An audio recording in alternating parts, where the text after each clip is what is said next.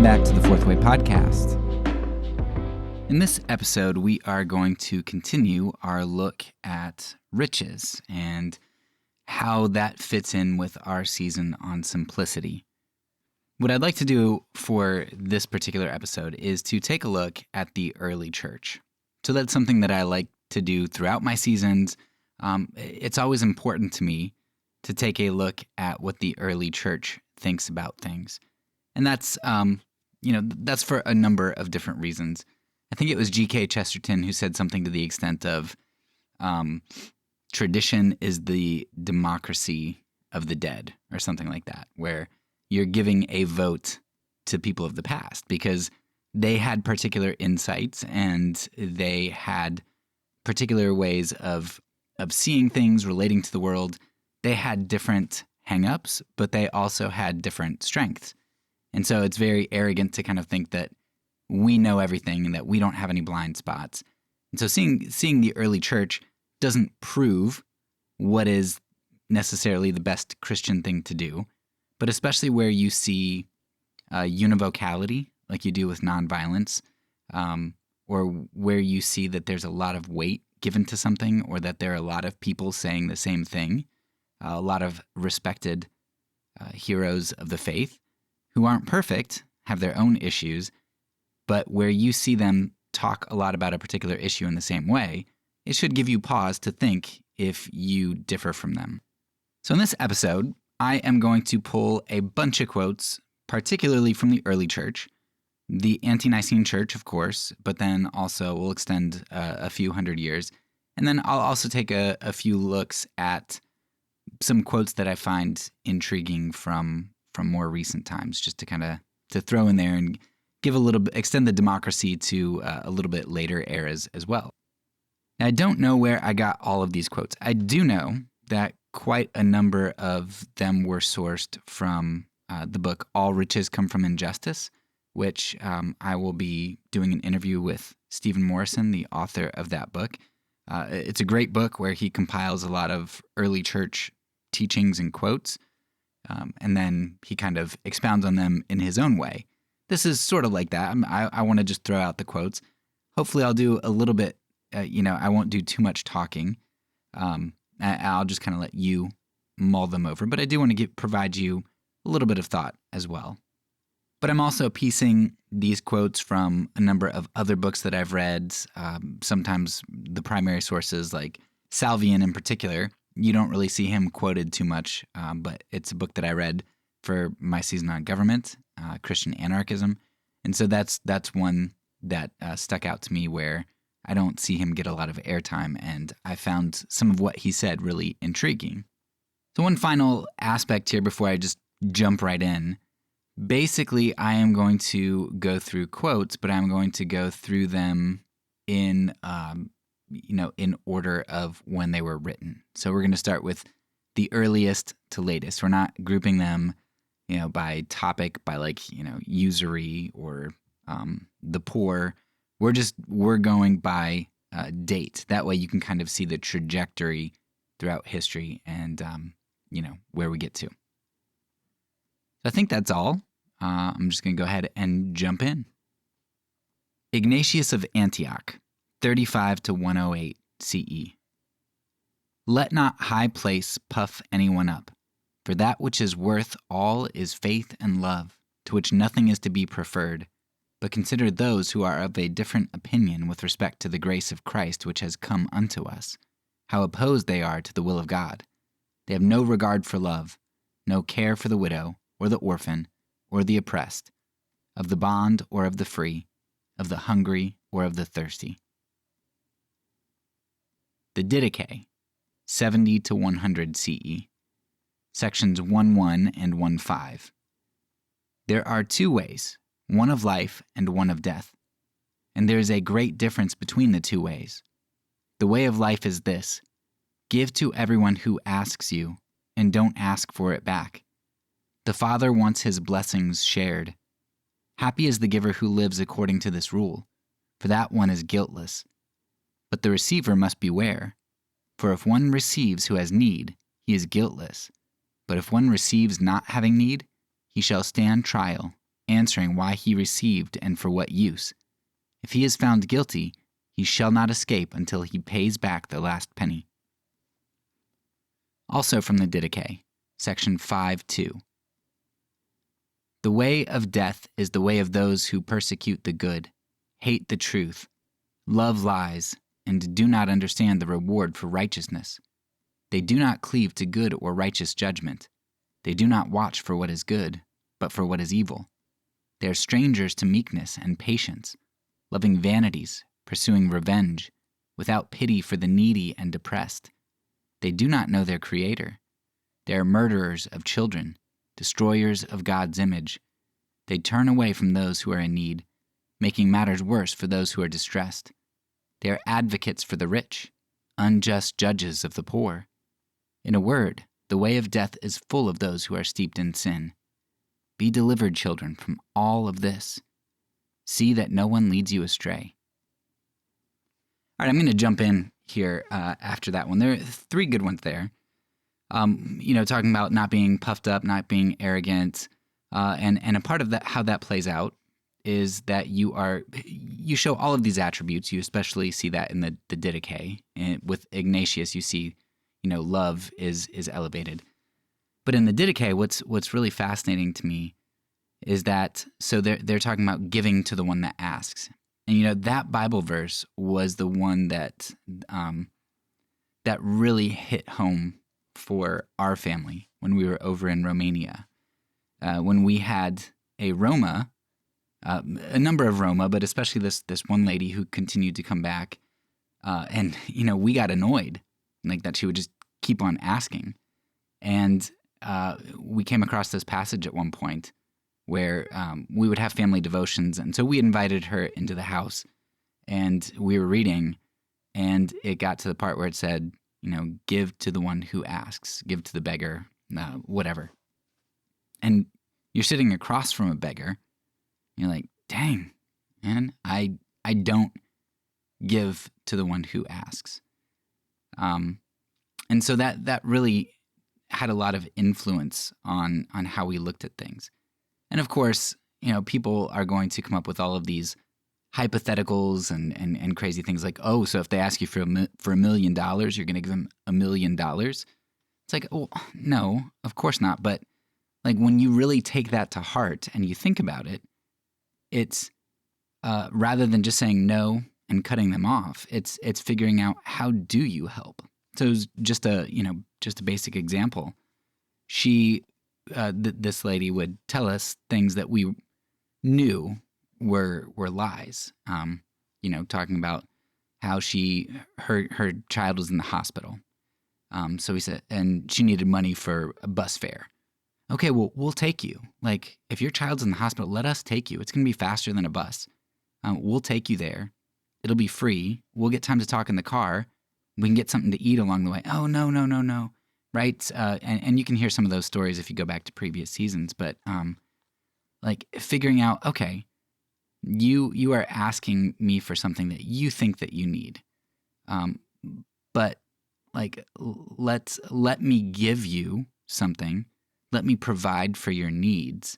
And there's debate on that too, because some people are like, well, you just give to people. And sometimes maybe that's the right answer.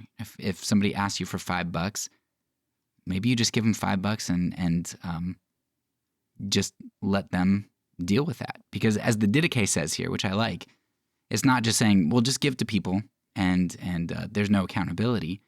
It basically says you give, and if that person is asking, and if that person doesn't really need and they're taking advantage of you, then judgment is going to come on them. And in here, it lumps not just giving what people ask, but it also says not pursuing revenge. Okay, well, how can you not pursue revenge, and how can you not worry about how people use your money or if they take advantage of you? The only way you can do that is if you have faith that God is a God of justice and that revenge, justice are in his hands, and it's not up to you to exact those things. When you can give freely, and when you can not return evil for evil, when you can not revenge, You can do that because you trust that God will provide justice. So really not giving to the poor, not giving to the people who ask you in some way, maybe not exactly the way that they ask you to provide for them, but seeking to help them and give, that can only come when you trust God and when you put down your pride and saying, you know what, it's not up to me how these resources are used. If there's somebody in front of me who claims they have a need, and you with all due diligence that you can provide, if there's something that's obviously amiss, then whatever. But you have to trust in God to be able to hand over your resources, to be able to trust Him with justice. And I feel like the Didache right here encapsulates all of that. You give. That's your responsibility. And leave the justice, the vengeance up to God. The Epistle of Barnabas, 70 to 132. Thou shalt communicate, practice koinonia, in all things with thy neighbor. Thou shalt not call things thine own. For if ye are partakers in common, koinonioi, of things which are incorruptible, how much more should you be of those things which are corruptible? Shepherd of Hermas, 70 to 140. Be temperate as to what is evil, and do it not. But be not temperate as to what is good, but do it. For if thou be temperate as to what is good, so as not to do it, thou committest a great sin. But if thou be temperate as to what is evil, so as not to do it, thou doest great righteousness. Be temperate, therefore, in abstaining from all wickedness, and do that which is good. What kinds of wickedness, sir, say I, are they from which we must be temperate and abstain? Listen, saith he, from adultery and fornication, from the lawlessness of drunkenness, from wicked luxury, from many viands, rich foods, and the costliness of riches, and vaunting and haughtiness and pride, and from falsehood and evil speaking and hypocrisy, malice and all blasphemy. These works are the most wicked of all in the life of men. Irenaeus of Lyons, 130 to 202. From his Against Heresies. Now, Christ has not merely related to us a story respecting a poor man and a rich one, but he has taught us, in the first place, that no one should lead a luxurious life, nor, living in worldly pleasures and perpetual feastings, should be the slave of his lusts and forget God. Clement of Alexandria, 150 to 215. Just as the foot is the measure of the sandal, so the physical needs of each are the measure of what one should possess. Whatever is excessive, the things they call adornments, but the trappings of the rich are not adornments, are a burden of the body. Scripture declares that really his own riches are the redemption of the soul of man, Proverbs 13:8. That is, if a man is rich, he will obtain salvation by sharing his wealth. Clement as well from the Instructor. God has given us the power to use our possessions, I admit, but only to the extent that is necessary. He wishes them to be in common.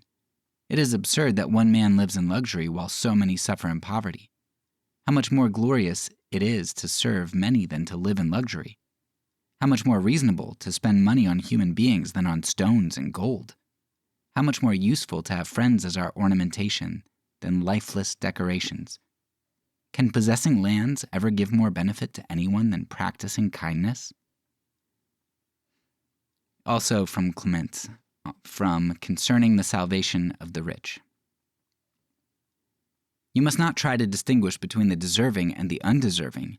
You may easily make a mistake, and as the matter is in doubt, it is better to benefit the undeserving than, in avoiding this, to miss the good. We are told not to judge. Last one from Clement. Koinonia, it is God himself who has brought our race to a koinonia by sharing himself, first of all, and by sending his word, logos, to all alike, and by making all things for all. Therefore, everything is common, and the rich should not grasp a greater share. The expression then, I own something and I have more than enough, why should I not enjoy it? is not worthy of a human, nor does it indicate any community feeling. The other expression does, however. I have something. Why should I not share it with those in need? Such a one is perfect and fulfills the command, Thou shalt love thy neighbor as thyself.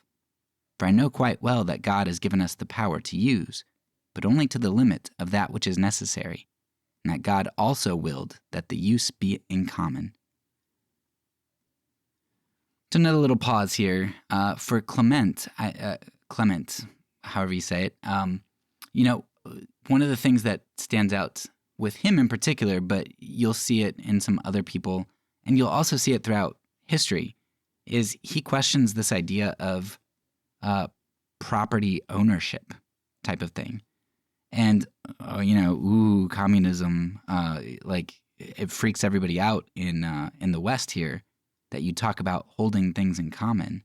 But that is something I was just reading the other day. I was reading Hugo Grotius, The Rights or the Law of War and Peace or something like that. And he's writing in the early 1600s.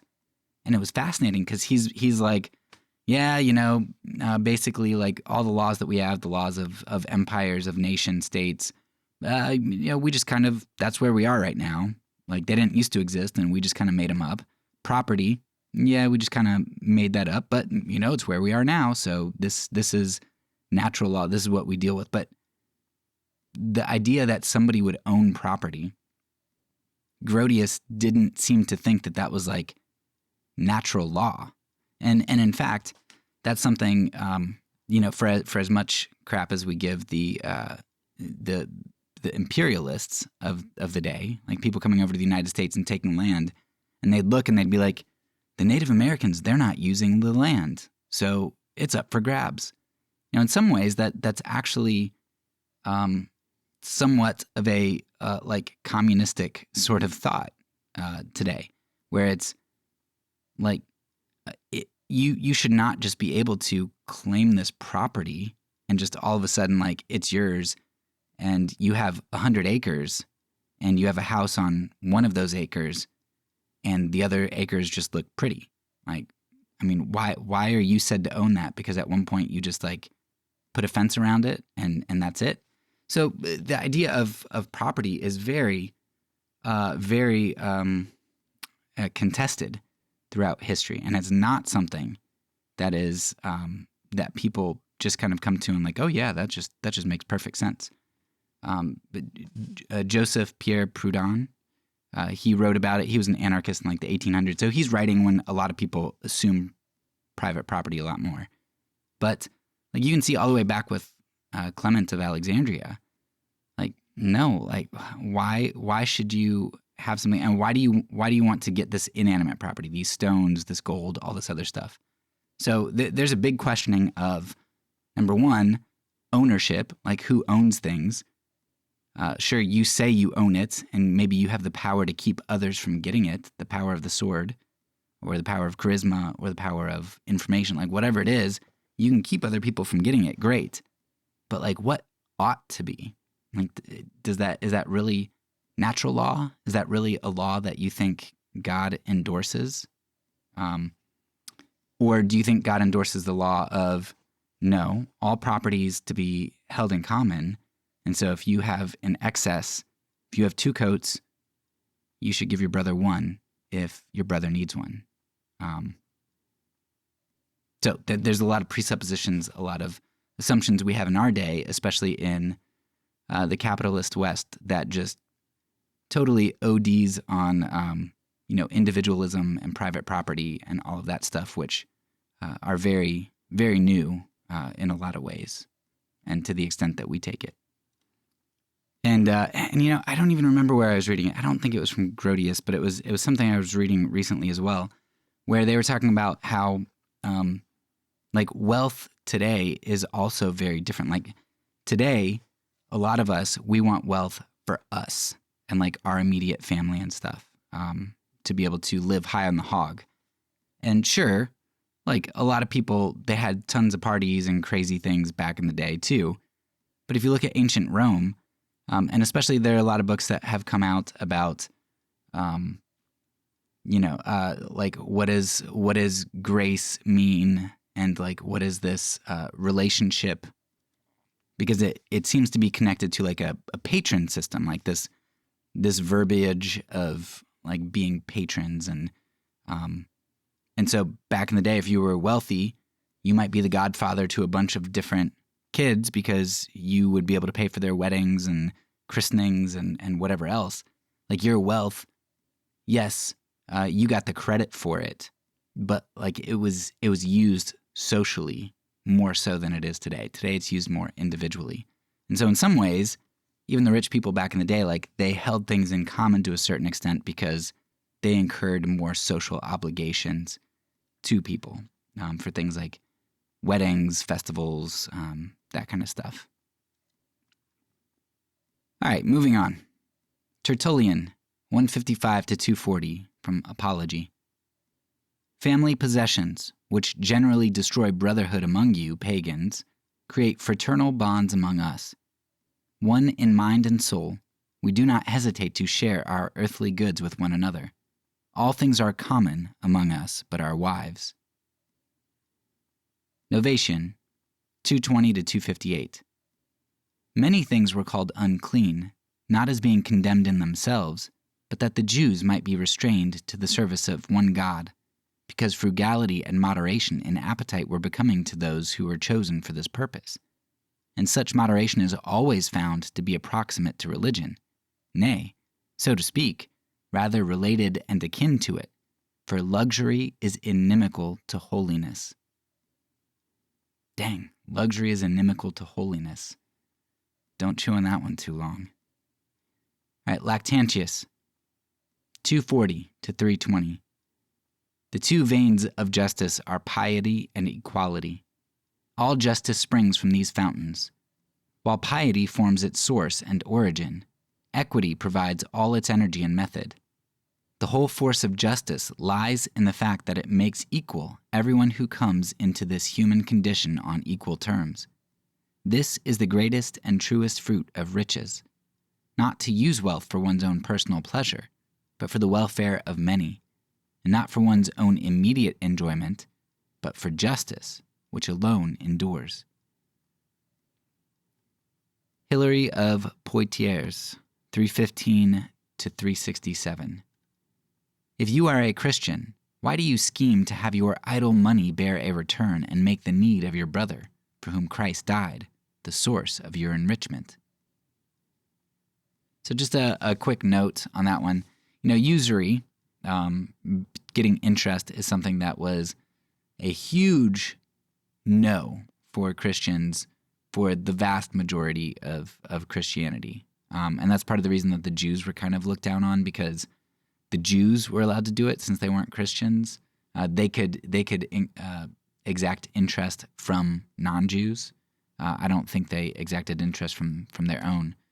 And so Christians and other people would go to Jews to get loans, and then they'd get, because the Jews were the only ones who would be able to have interest on them, they'd get, I don't know if taken advantage of is the right word, but at least back then, like that was just, it was viewed so negatively, like somebody's just taking advantage of you, kind of like loan shark type things. Usury today, probably a little bit different because of the monetary system that we have. Certainly there are unfair rates of usury, like I think credit card companies are certainly exploitative. But because of inflation and the fact that your money devalues, so if I loan you money and I only get paid back 5 years from now, the $1,000 I loaned you now might only be worth $800. And so there is a certain extent to which interest in our monetary system might be different than the way that it used to be, where perhaps money was a little bit more stable. Nevertheless, the point is taking advantage of people and having idle money. Like I think of stockbrokers, stock traders. People who do that for a living and literally just shift money around. I mean, what good do they do for society? Maybe they do. Maybe I don't know enough about what they do, but it seems like when you're just shifting money around and you've got all this idle money, you're exploiting the system. Sure, it's legal, but you're exploiting, the way that things ought to be. So, anyway. Basil of Caesarea, 329 to 379. The most miserable of deaths is, no doubt, that by starvation. Now what punishment should not be inflicted upon the one who passes by such a body? What cruelty can surpass that? How can we not count someone like that among the fiercest of beasts and consider that person as a sacrilegious one and a murderer? The person who can cure such an infirmity and refuses one's medicine because of avarice can with reason be condemned as a murderer. That's, I don't remember if we talked about this in one of our episodes or if we're going to, or if I totally dropped the ball on this one, but there's, Peter Singer has an article on this type of thing where, hey, if you pass by a drowning kid, should you go and save him? Like, we'd all think you're terrible if you didn't. But like at this point in history, we could all save some starving people, right? Because of globalization, like we have access, we can transfer money wherever we need to. We could prevent people from starving. And so there's a really big challenge here where, yes, you would be cruel if there's somebody in your church congregation or somebody like one of your neighbors that's going to starve and you can prevent that and you don't, like you're horrible. Like that is sacrilegious. Like you don't know God. You do not have love for your brother. Therefore you don't know God. Where does that obligation extend now with globalization and all of that, now that we have access? Like at what point are you trying to play God? And at what point are you just doing what you can with the resources you have? And what should you do? All right, Gregory of Nazianzus, 329 to 389. On the love of the poor. How can we enjoy pleasures amidst the calamities of our brethren? May God preserve me from being rich while they are indignant, from enjoying robust health if I do not try to cure their diseases, from eating good food, clothing myself well, and resting in my home if I do not share with them a piece of my bread, and give them, in the measure of my abilities, part of my clothes, and if I do not welcome them into my home. You who are strong, help those who are weak. You who are rich, assist those who are poor. You who have not stumbled, raise up those who have fallen and are afflicted. You who are full of spirit, comfort those who are discouraged. You who enjoy prosperity, aid those who suffer adversities. Ambrose of Milan, 340 to 397. God has ordered all things to be produced so that there should be food in common for all, and that the earth should be the common possession of all. Nature, therefore, has produced a common right for all, but greed has made it a right for a few. John Chrysostom. I got a bunch from him, so we'll just go down the list. The gold bit on your horse, the gold circlet on the wrist of your slave, the gilding on your shoes, means that you are robbing the orphan and starving the widow. When you have passed away, each passerby who looks upon your great mansions will say, how many tears did it take to build that mansion? How many orphans were stripped? How many widows wronged? How many laborers deprived of their honest wages? Even death itself will not deliver you from your accusers. If wealth is a good, but is increased by greed, the greedier one is, the better the possessor must be. But is not this plainly a self-contradiction? But suppose the wealth is not gained wrongfully. But how is this possible? So destructive a passion is greed, that to grow rich without injustice is impossible. But what if you say a man succeeded to his father's inheritance? Then he received what had been gathered by injustice. Someone must probably have unjustly taken and enjoyed the goods of others. From Letter to Hebeda. All riches come from iniquity, and unless the one loses, the other cannot gain. And so the common saying seems to me to be well put. The rich man is either an unjust man or the heir of one. Strictly speaking, the rich man has not committed an act of injustice against Lazarus, since he did not rob him of his possessions. His sin consisted rather in not giving part of his own possessions. This is robbery, not to share one's resources. Perhaps what I am saying astonishes you, yet be not astonished. If I shall offer you the testimony of the sacred scriptures, which say that not only to rob others' property, but also not to share your own with others, is robbery and greediness and theft. Reproaching the Jews through the mouth of the prophet, God says, "The earth has produced its fruit, but you have not brought in tithes, and robbery of the poor dwells in your house." He says this in order to make it clear to the rich that what they possess belongs to the poor, whatever the source. Elsewhere, God also says, "Do not rob the poor man of his livelihood." A robbery is taking and keeping what is not one's own. These texts therefore teach that if we refuse to give alms, we will be punished in the same way as robbers. Tell me then, from where do you get your riches? From whom do you receive it? And from whom did he receive who transmits it to you? From my father, and he from my grandfather. But can you, going back through many generations, show that the riches were justly acquired? No, you cannot. The root and origin of them must have been injustice. Why? Because God, in the beginning, made not one man rich and another man poor, nor did he afterwards take and show to one treasures of gold, and deny the other the rich of searching for it. Rather, he left the earth free to all alike. How come then, if it is common, you have acres and acres of land, while your neighbor has not a portion of it? My father transmitted them to me, you say. But whom did he receive them from? From my grandfather. But you must go back and find the original answer. But if I do no evil, even though I do not do good, it is not bad, you retort. True.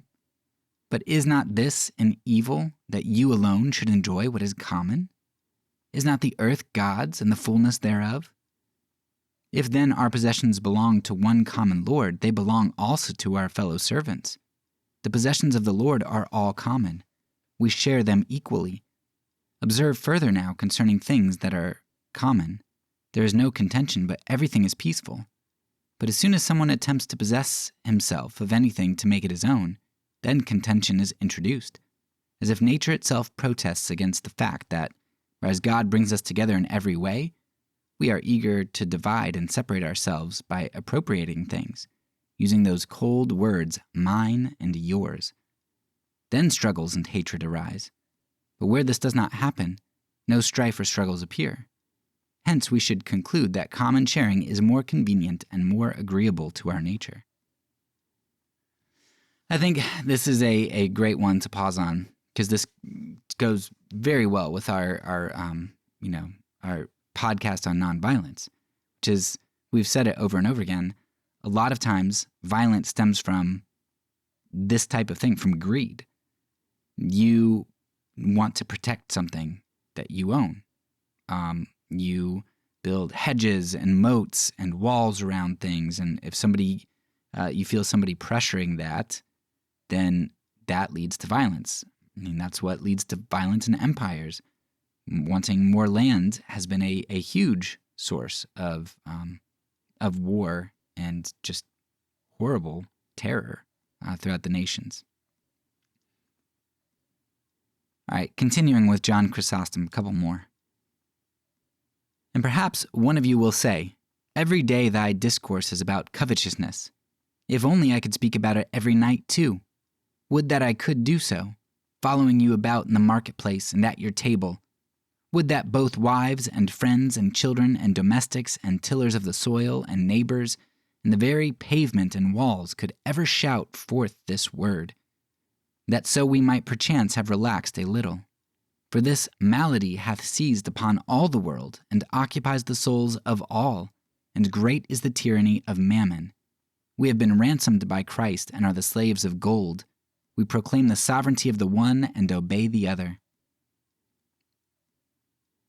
All things, in fact, are God's. When then he calls and chooses to take things away from us, let us not, like ungrateful servants, flee away from him and steal our master's goods. Your soul is not yours, much less are your riches your own. How is it then that you spend on what is unnecessary, the things that are not yours? Do you not know that we will soon be on trial if we use them badly? But since they are not ours, but our master's, we should spend them for our fellow servants. Say not then, I am but spending my own, and of my own I live a voluptuous life. It is not your own, but belongs to others. Others, I say, because such is your own choice. For God's will is that those things should be yours which have been entrusted to you on behalf of your brethren. Now these things which are not your own become yours, if you spend them on others. But if you spend them on yourself unsparingly, your own things become no longer yours. For since you use them cruelly and say that it is fair to spend your own things entirely for your exclusive enjoyment, I say they are no longer yours, for they are common to you and your fellow servants, just as the sun is common, and the air, and earth, and all the rest. So also regarding wealth. If you enjoy it alone, you have lost it, for you will not reap its reward. But if you possess it jointly with the rest, then will it be more your own, and then will you reap the benefit of it. What, too, of the earth, is not this left common to all? No, he saith. Sayest thou so? Tell me. Because the rich man, even in the city, having gotten himself several acres, raises up long fences around them, and in the country cuts off for himself many portions. What then? When he cuts them off, does he alone enjoy them? By no means, though he should contend for it ever so earnestly. And his enjoyment of the earth is no more than thine, for sure he fills not 10 stomachs, and thou only 1. Last one from Chrysostom. For mine and thine, those chilly words which introduce innumerable wars into the world, should be eliminated from that holy church. The poor would not envy the rich, because there would be no rich. Neither would the poor be despised by the rich, for there would be no poor. All things would be in common. Basil of Caesarea, 329 to 379. I am wronging no one, you say. I hold fast to my own, that is all. Your own. Who gave it to you to bring into life with you? You are like the man who takes a seat in a theater and then keeps out newcomers, claiming as his own what is there for the use of everyone. Such are the rich. They seize what belongs to all and then claim the right of possession to monopolize it. If everyone took for himself enough to meet his own wants and gave up the rest to those who needed it, there would be no rich and no poor. Why are you rich and another poor? Who is the covetous man? One for whom plenty is not enough. Who is the defrauder? One who takes away that which belongs to everyone. And are you not covetous? Are you not a defrauder when you keep for private use what you were given for distribution? When someone strips a man of his clothes, we call him a thief. And one who might clothe the naked and does not, should not he be given the same name? The bread in your hoard belongs to the hungry. The cloak in your wardrobe belongs to the naked. The shoes you let rot belong to the barefoot. The money in your vault belongs to the destitute.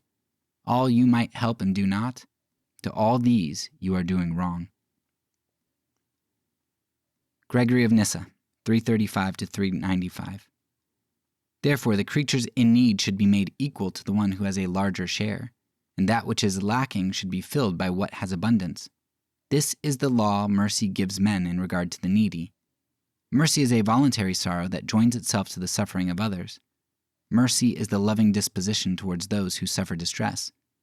For as unkindness and cruelty have their origin in hate, so mercy springs from love, without which it could not exist. Mercy is intensified charity. Hence a man of such dispositions of soul is truly blessed, since he has reached the summit of virtue. For all things would be common to all, and man's life as a citizen would be marked by complete equality before the law, since the person who is responsible for the government would of his own free will be on a level with the rest. Ambrose of Milan, 340 to 397. Not from your own do you bestow upon the poor man, but you make return from what is his. For what has been given as common for the use of all, you appropriate to yourself alone. The earth belongs to all, not to the rich. But fewer are they who do not use what belongs to all than those who do. Therefore you are paying a debt. You are not bestowing what is not due. Hence Scripture says to you, if a poor man speak to thee, lend him thy ear without grudging. Give him his due and let him have patient and friendly answer. It is the bread of the poor which you are holding back. It is the clothes of the naked which you are hoarding. It is the relief and liberation of the wretched which you are thwarting by burying your money away. On Naboth. You rich, how far will you push your frenzied greed? Are you alone to dwell on the earth? You cast out men who are fellow creatures and claim all creation as your own. Why? Earth at its beginning was for all in common. It was meant for rich and poor alike. What right have you to monopolize the soil? Last one from Ambrose. For the philosophers say that the first duty of justice is not to harm anyone unless provoked by injury. But this is voided by the authority of the gospel. Next, they deem it a duty of justice to consider the things that are in common, that is, those what are public property, as public property indeed, and those that are private as private. But the latter term is not according to nature, for nature has brought forth all things for all in common. Thus God has created everything in such a way that all things be possessed in common. Nature, therefore, is the mother of common right, usurpation of private right. Oh, that last one's interesting. Nature, therefore, is the mother of common right, usurpation of private right. Goes back to Chrysostom, those terrible words, mine and thine, right? It's setting up our own domains, trying to carve out what we call ours. But Ambrose highlights, as well as others, but I think Ambrose the most clearly so far, where he's like, you go and you help a beggar. He's like, you're not being generous. You're giving him what you owe him because you've got this stuff that's not really yours. It's everybody's, and you're really just paying him what he's owed. He has a need. You have hoarded this stuff. You have this stuff that you don't need. That's not even yours. It's God's, because common right is natural. Private right is usurpation. Dang, man, they would be. They were in some South American countries in the 50s, man. CIA would have been all over these guys. All right, Augustine of Hippo, 354 to 430. Assisting the needy is justice. Riches are neither real, nor are they yours. The superfluities of the rich are the necessaries of the poor. They who possess superfluities possess the goods of others. God commands sharing not as being from the property of them whom he commands, but as being from his own property. The love of money is the root of all evil. 1 Timothy 6:10. If by love of money we mean general avarice, by which each desires something beyond what is appropriate, for its own sake, and a certain love of one's own property, which the Latin language has wisely called private, for it connotes more a loss than an increase. For all privation is diminution. Last one from Augustine here. Those who wish to make room for the Lord must find pleasure not in private, but in common property. Redouble your charity, for, on account of the things which each one of us possesses singly, wars exist, hatreds, discords, strife among human beings, tumults, dissensions, scandals, sins, injustices, and murders. On what account? On account of those things which each of us possesses singly. Do we fight over the things we possess in common? We inhale this air in common with others. We all see the sun in common. Blessed, therefore, are those who make room for the Lord, so as not to take pleasure in private property. Let us therefore abstain from the possessions of private property, or from the love of it. If we cannot abstain from possession, and let us make room for the Lord. In property which each possesses privately, each necessarily becomes proud. The flesh of the rich person pushes out against the flesh of the poor person, as if that rich flesh had brought anything with it when it was born, or will take anything with it when it dies. Salvian from On the Government of God, 400 to 490. In their time, the magistrates were poor, but the state wealthy, whereas now the wealth of officials makes the state poor. What madness, I ask you, or what blindness leads men to think that private fortunes can survive in the midst of the need and beggary of the state? Such were the ancient Romans, so they in their day scorned riches, though they knew not God, just as in ours, men who follow the Lord still scorn them. For instance, who would deign even to listen to our Savior's bidding not to take thought for the morrow? Who obeys his order to be content with a single tunic? Who thinks the command to walk unshod possible, or even tolerable to follow? These precepts, then, I pass over. For here our faith in which we trust falls short, so that we judge superfluous the precepts the Lord intended for our benefit. Love your enemies, said the Savior. Do good to them that hate you, and pray for them which despitefully use you and persecute you. Who could keep all these commandments? Who would deign to follow God's commands in respect to his enemies? I do not say in wishes, but even in words. Even if a man compels himself to do so, still it is his lips alone that act, and not his mind. He lends the service of his voice to the action without changing the feeling of his heart. Therefore, even if he forces himself to say a prayer for his adversary, his lips move, but he does not really pray.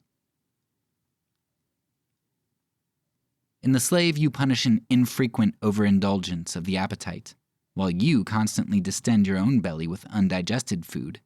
You think theft a servile fault, but you too, O rich man, commit robbery when you encroach on the things forbidden by God.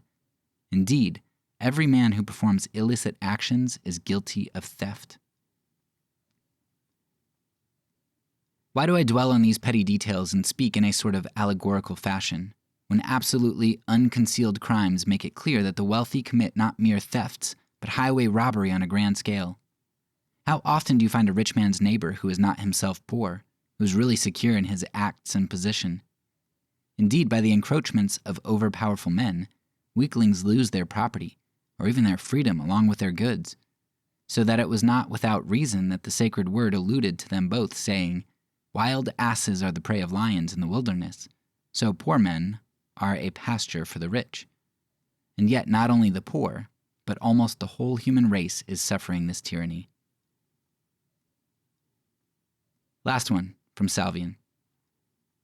Think a minute. The remedies recently given to some cities. What have they done but make all the rich immune and heap up the taxes of the wretched? To free the rich from their old dues, they have added new burdens to those of the poor. They have enriched the wealth by taking away their slightest obligations and afflicted the poor by multiplying their very heavy payments. The rich have thus become wealthier by the decrease of their burdens that they bore easily, while the poor are dying of the increase in taxes that they already found too great for endurance. So the vaunted remedy most unjustly exalted the one group, and most unjustly killed the other. To one class it was a most accursed reward, and to the other a most accursed poison. Hence I say that nothing can be more wicked than the rich who are murdering the poor by their so-called remedies, and nothing more unlucky than the poor, to whom even the general panacea brings death.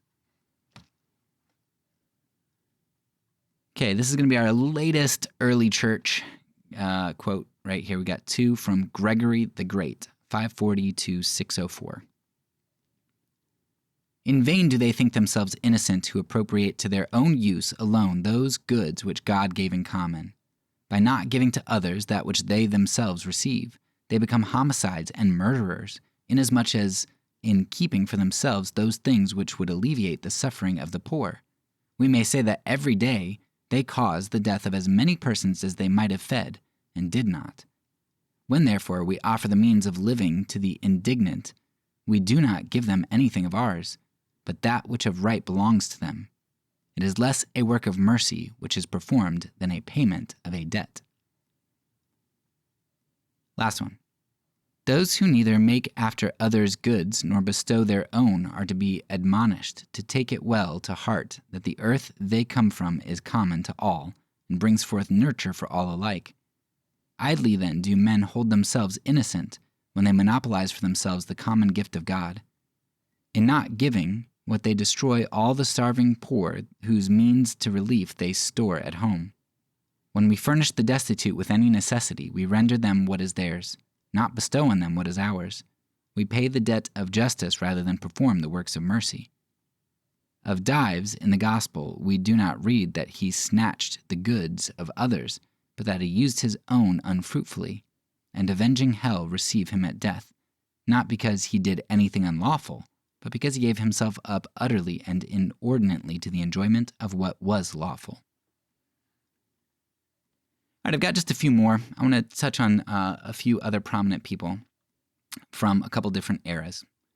Thomas Aquinas, 600 years after Gregory the Great, or in 1225 to 1274, from his Summa Theologica.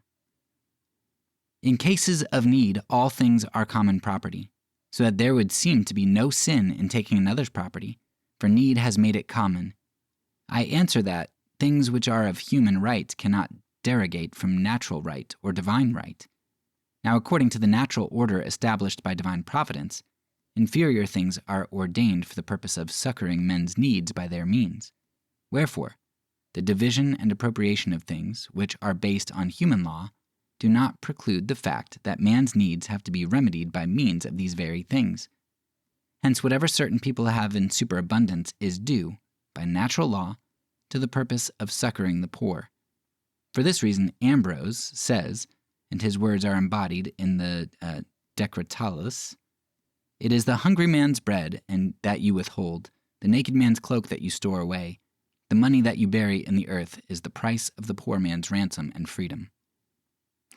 This is one really interesting to think about.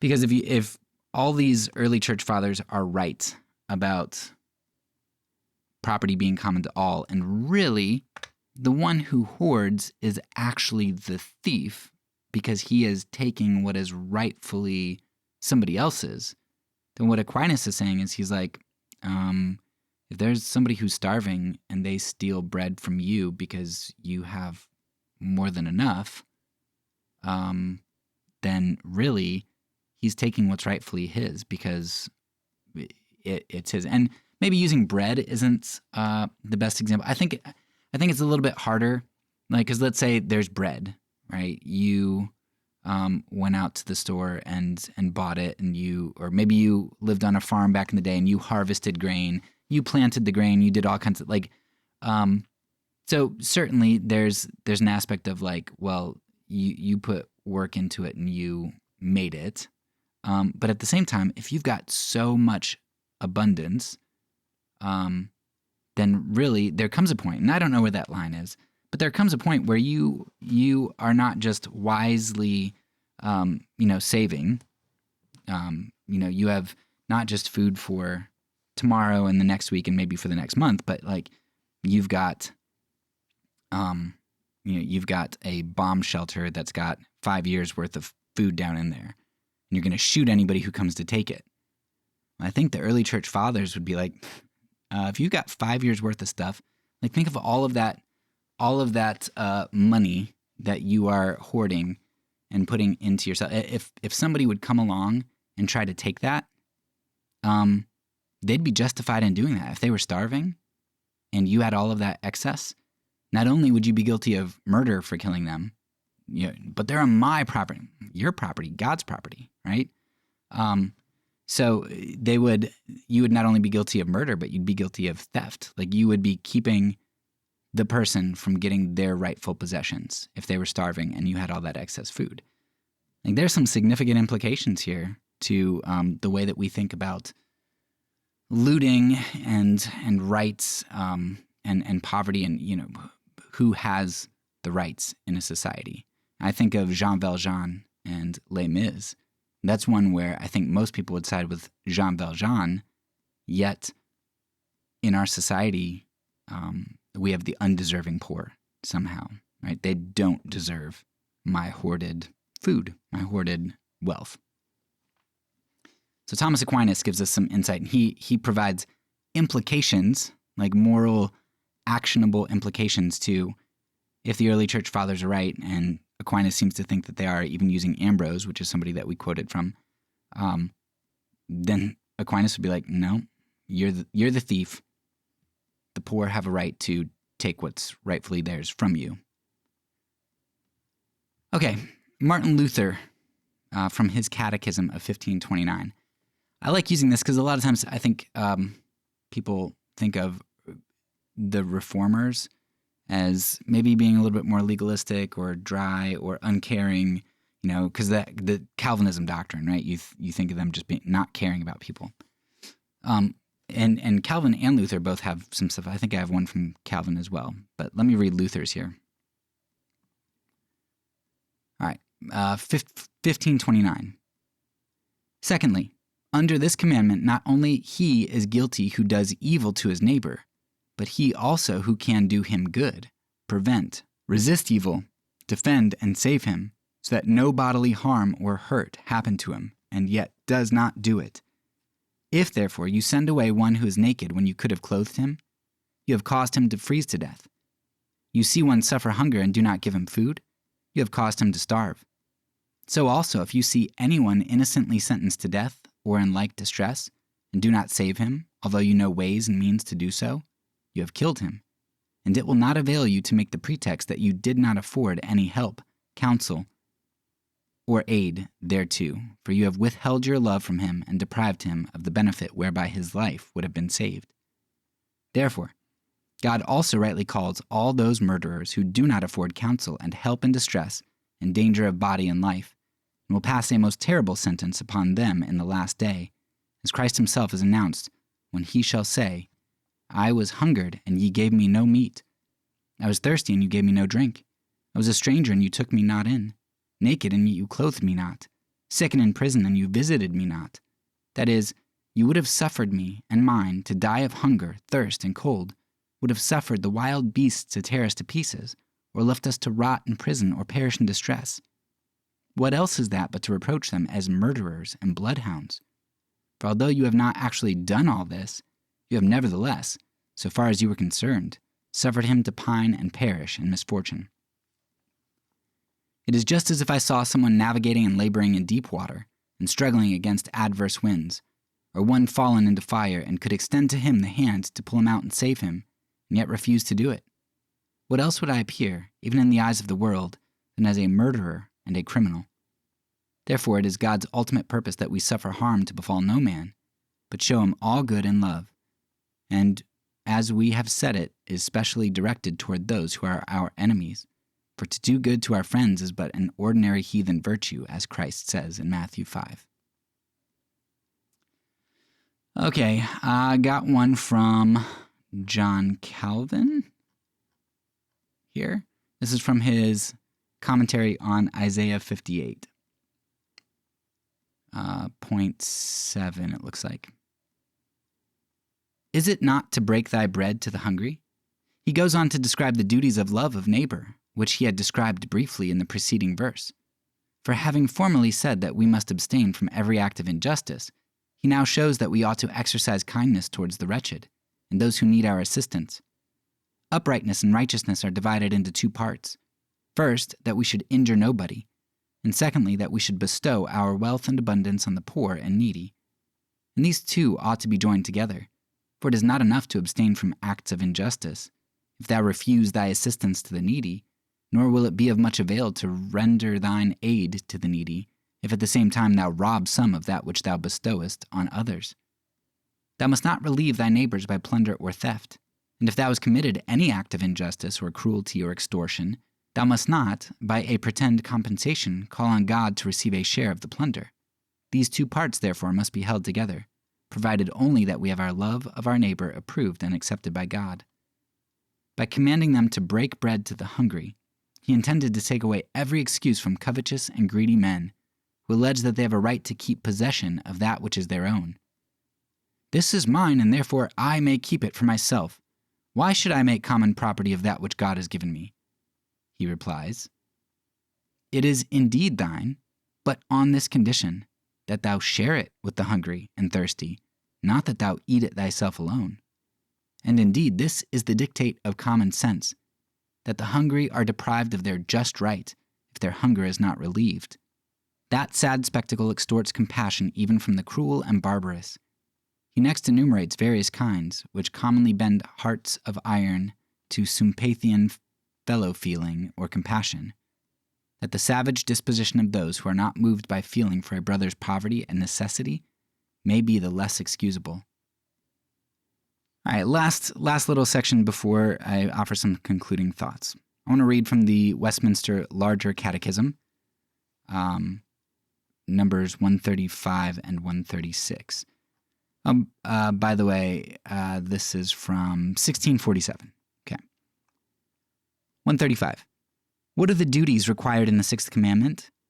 The duties required in the sixth commandment are all careful studies and lawful endeavors to preserve the life of ourselves and others by resisting all thoughts and purposes, subduing all passions, and avoiding all occasions, temptations, and practices which tend to the unjust taking away the life of any, by just defense thereof, against violence, patient bearing of the hand of God, quietness of mind, cheerfulness of spirit, a sober use of meat, drink, physic, sleep, labor, and recreation, by charitable thoughts, love, compassion, meekness, gentleness, kindness, peaceable, mild and courteous speech, and behavior, forbearance, readiness to be reconciled, patient bearing and forgiving of injuries, and requiring good for evil, comforting and succoring the distressed, and protecting and defending the innocent. Question 136. What are the sins forbidden in the sixth commandment? The sins forbidden in the sixth commandment are all taking away the life of ourselves or of others, except in case of public justice, lawful war, or necessary defense, the neglecting or withdrawing the lawful and necessary means of preservation of life, sinful anger, hatred, envy, desire of revenge, all excessive passions, distracting cares, immoderate use of meat, drink, labor, and recreations, provoking words, oppression, quarreling, striking, wounding, and whatsoever else tends to the destruction of the life of any. And that, whatever you think of the reformers and all that stuff, they were spot on in regard to this. I mean, Luther, Calvin, they're right in the vein of all that the early church was saying. Aquinas, right in the vein of that. Well, Aquinas you didn't get as much of a glimpse of, but man, that idea of our obligation to the poor and the needy. Now, maybe they didn't practice it right, and it wouldn't surprise me if they didn't, but at least what they're jotting down, think about like, when I think of the larger catechism, the questions 135 and 136, the sixth commandment, by the way, in case you didn't know, was the commandment against murder. How do they get in the commandment against murder? I mean, they bring up all kinds of virtues and things, but let's see. You need to have a sober use of meat, drink, physic, sleep, labor, and recreation. Like, you need to be moderate with your goods. And they, of course, they talk about, meekness, gentleness, courteous speech, cheerfulness. Like, there are all kinds of things because they recognize that all of those things lead to the hatred of others, so the murder of them in our hearts, but also actual, real murder where somebody ends up dead. So that's, to me, that's just so powerful. You look at the people who you could respect, and even some of these people that you might not be able to respect, like John Calvin, you look at them, and this ethic of helping the poor, even if it's just words given to them, they did not have this American, Western, whatever it is, mindset of individualism, the undeserving poor. Like, they would not countenance that in their words, even if they were inconsistent in their actions. Like, they recognized the truthfulness of the importance of simplicity in living. And of course, there's still a whole lot of gray. And I told you from the beginning of the season that there's going to be a lot of gray. I can't draw lines for you here. But there are some very hard things that that tradition and our history should cause us to be thinking about and reflecting on as it relates to our own lives. Because I can pretty much guarantee you, I know I am, and probably just about everybody listening to this is a murderer.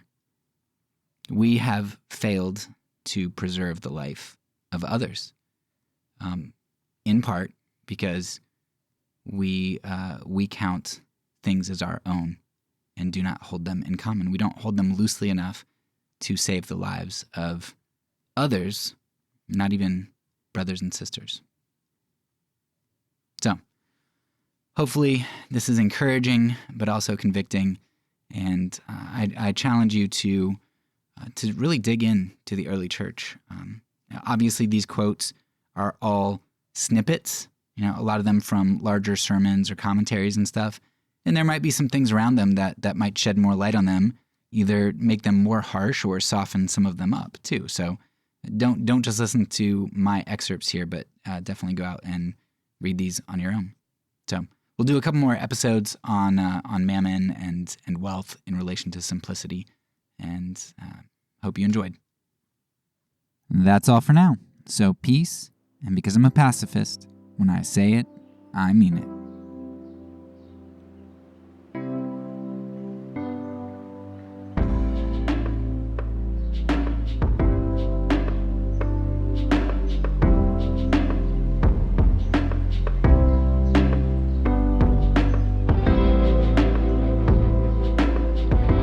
This podcast is a part of the Kingdom Outpost Network. Please check out the links below to find other great podcasts and content related to nonviolence and kingdom living.